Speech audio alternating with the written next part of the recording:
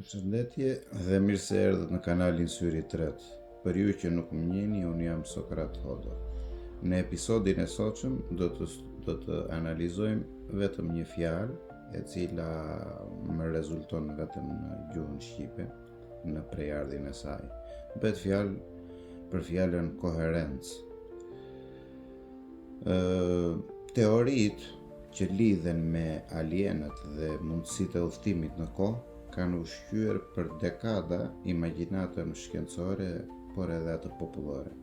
Shpesh ato paraqiten si teknologji të mundshme që një ditë mund lejojnë njeriu të kapërcej kufijtë e hapësirës, sidomos të kohës.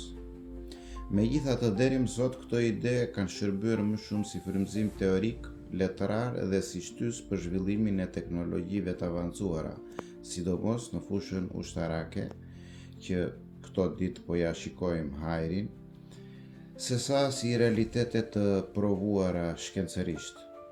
Një nga këto koncepte më intriguesja është ai udhëtimit në kohë, nga ku lind dhe një problem logjik i njohur në teorinë e shkencës si paradoksi i gjyshit. Sipas të cilës, nëse dikush kthehet në të kaluarën e vet dhe vret një nga paraardhësit e tij, atëherë ai vetë nuk do ketë mundësi të lindë, kështu që mundësia për të bërë këtë veprim nuk ekziston. Ky kundërshtim logjik sugjeron se universi duhet të funksionojë mbi disa parime themelore, të cilat nuk lejojnë shkelje dhe paradokse të tilla. Një nga këto parime është dhe vetë koha. Koha organizon rendin e ngjarjeve dhe krijon vazhdimsinë logjike të realitetit. Ajo duket se vepron si një strukturë rregulluese që ruan koherencën e universit dhe pengon krijimin e këtyre paradokseve.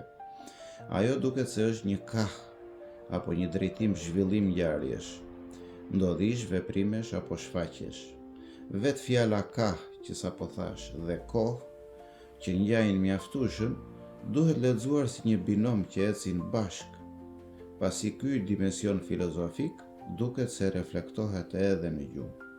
Fjala koherent apo koherencë e përdorur gjerësisht në gjuhët, siç e thash, europiane dhe më tej, përdoret për të përshkruar një mendim të rregullt dhe logjik, e cili mund të shihet si fjalë me një lidhje intuitive me fjalën kohë, e cila rezulton si një fjalë vetëm me gjuhës shqipe.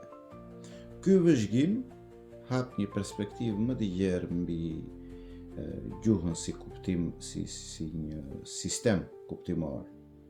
Nëse struktura e fjalëve pasqyron parime të tilla të realitetit, atëherë gjuha nuk është vetëm një mjet komunikimi, por edhe një pasqyrim i mënyrës se si njeriu e koncepton universin. Në këtë kuptim, unë do thosha se studimi i gjuhës mbetet një fushë që mund të zbulojë dimensione të panjohura të vetë asaj. Ky ishte shpjegimi im për fjalën koherencë. Shpresoj që t'ju pëlqej. Ju falemnderit që e mbështesni dhe e ndiqni kanalin Syri Tret. Mos harroni të bëni subscribes, të bëni sa më shumë share, për të suportuar dhe për të më dhënë mua mundësi t'ju jap dije të tjera në këtë drejtim. Mos harroni që episodet vazhdojnë, duke ju falenderuar që më ndiqni.